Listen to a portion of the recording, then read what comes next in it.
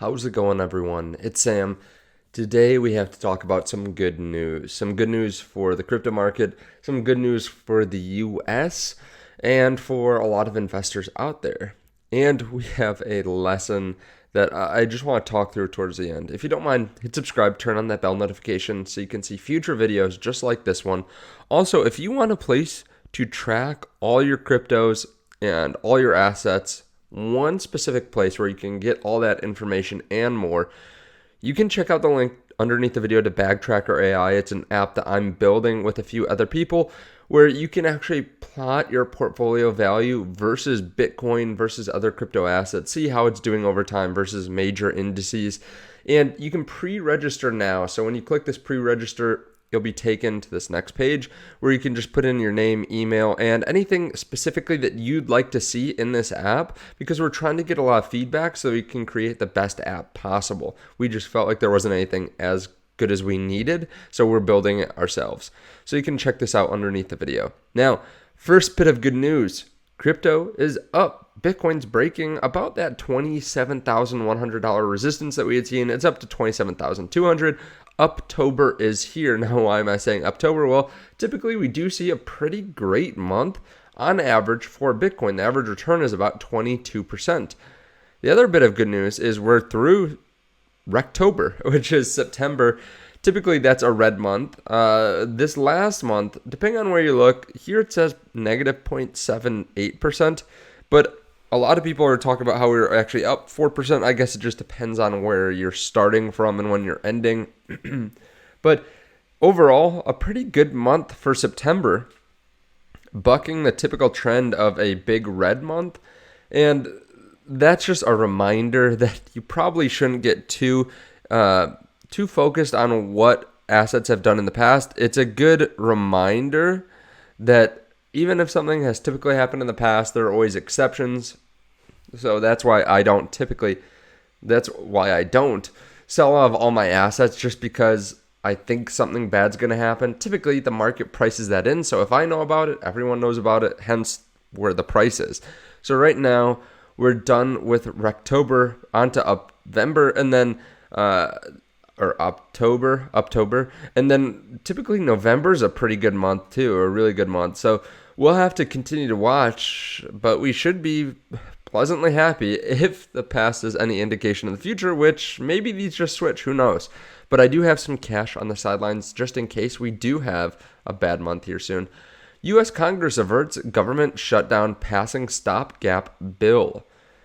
The U.S. Congress passed a stopgap funding bill late Saturday with an overwhelming Democratic support after Republican House Speaker Kevin McCarthy backed down from an earlier demand by his party's hardliners for a bipartisan bill. So this is good news. This may be another reason cryptocurrency is up a bit. I wouldn't be surprised to see the general markets uptrend this week. This obviously is good news because, one, the government can continue to run, the federal government, and two, people are still going to get paid. So if this didn't get passed, this 45-day bridge, basically there would be people that didn't have income. And three, it stops us from being downgraded. There were some credit rating agencies that were going to downgrade the U.S. debt to AA or AA plus. I forgot which one. I think it's AA plus from AAA, which just means that they're less creditworthy, which means some funds wouldn't be able to buy these assets, meaning it would just be more expensive for them to raise debt then. So that is all good news as well. Obviously, this is something that's going to affect the market. Now, I want to take a second to talk about something that is a little bit counterintuitive.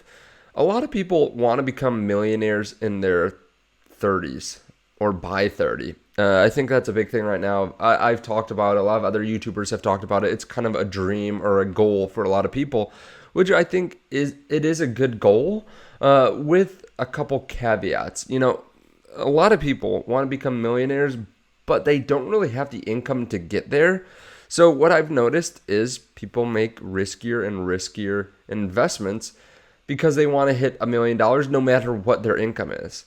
And I realize that it's very difficult to increase your income to lower your expenses and that kind of thing. But that's really what a lot of people should be focusing on. I've talked about that a lot because otherwise a lot of people get in the habit of just trying to make moonshot investments. People see something like this, the Dogecoin millionaire, and they see him going from making, $50,000 a year to $3 million a year. But what a lot of people don't notice is how he did it. He literally took debt out on credit cards and took everything he had basically and put it into Dogecoin, which is a horrible idea for 99.9% of occasions to go put all your money, including money you don't have, into a small cryptocurrency, hoping that it will move up.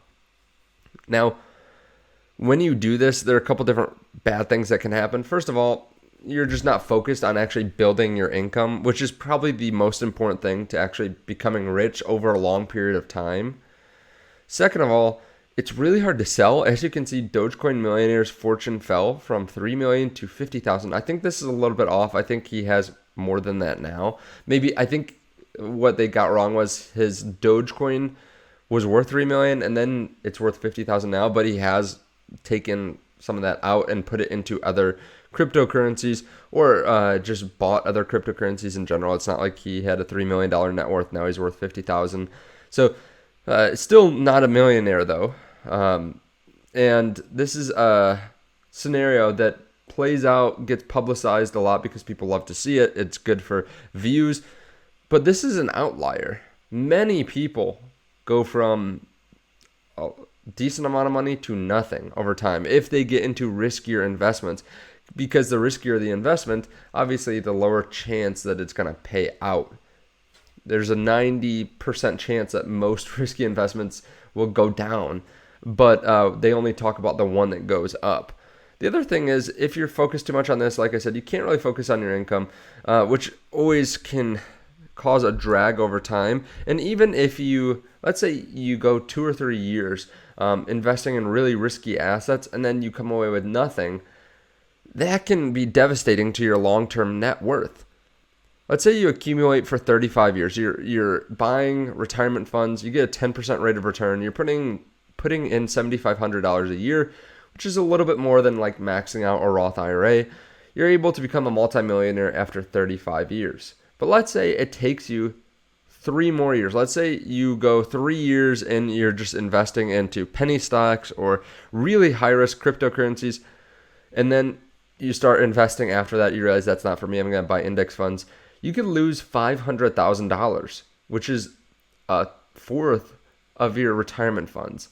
Now, the other thing is that's only if you actually are able to get back to investing after this. A lot of people might be tainted and say, I don't want to invest for a while and I just want to store up some cash. So it could be years where you don't make any income. Maybe it takes you another 2 years or something like that to get your head around investing again. Well, there's over a third of your retirement funds that you lost. Now, I'm not trying to tell you that you shouldn't buy cryptocurrency or some higher risk stock, like Tesla maybe. But what I am saying is just know what you're doing. Make sure that you're really comfortable and make sure that you're focusing on the other parts of your investing journey as well, like growing your income, lowering debts, that kind of stuff, because that is really important. And I kind of view it as I have income coming in. I invest some of my income into stocks. I keep some in cash. I keep some in real estate or buy some real estate. And then I do invest in cryptocurrency. But the majority of my money that's going to crypto is in Bitcoin. Like 85% is Bitcoin. So I think of it just as a lower risk option in cryptocurrency. I think there's a very small chance that Bitcoin's going to zero. But that is the higher risk spectrum of my investments that I have. And again, I'm not trying to talk like down or anything like that. I'm just saying a lot of people don't realize that if you have, let's say, $2,000 a year or $5,000 a year that you bring in an income on top of your expenses, so like actual investable income, you probably won't hit millionaire status for a long time because it's just really, really hard. If you're taking those kinds of risks to be able to become a millionaire on $5,000 that you can invest a year, at least over the next like 10 or 20 years, you're probably investing in really risky assets that will bring you down to zero at some point, or you'll lose all of that investment. So there are obviously outliers like people that bought Bitcoin 5-10 years ago, but again, those are the people that kind of are the outliers. So just make sure that you are not risking everything. Make sure that you're actually building up your future, and you're not just trying to become a millionaire because it's some arbitrary number that people say will make you successful. Because after you hit $1 million, you're going to feel very similar to how you did at 700,000, 800,000, 900,000. It's definitely cool. It is. But it's not going to be life-changing when you hit that one number. And you don't want to take the risks that could bring you back down to zero.